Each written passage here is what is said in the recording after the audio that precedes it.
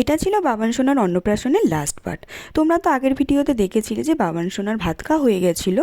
তোমরা যদি এখনও না দেখে থাকো তো আমার চ্যানেলে ভিডিওটি দেওয়া আছে, তোমরা গিয়ে দেখে নিও। বাবান সোনা যে খাবারগুলো খেয়েছিল সেটা তো ওর জন্য আলাদাভাবে রান্না হয়েছিল, আর এখানে তো সবার জন্য রান্না হচ্ছে। তো দেখো ফার্স্ট ব্যাচ তো বসে গেছে, আর আমাদের বাবান সোনার কাকাই কিন্তু এখানে অনেক খাটাখাটুনি করছে।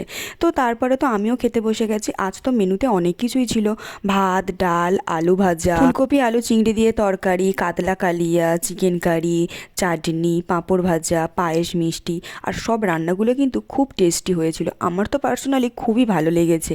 তো তারপরে একে দেখো, এ তো এখানে কানে কাঠি গুঁজে পরিবেশন করছে।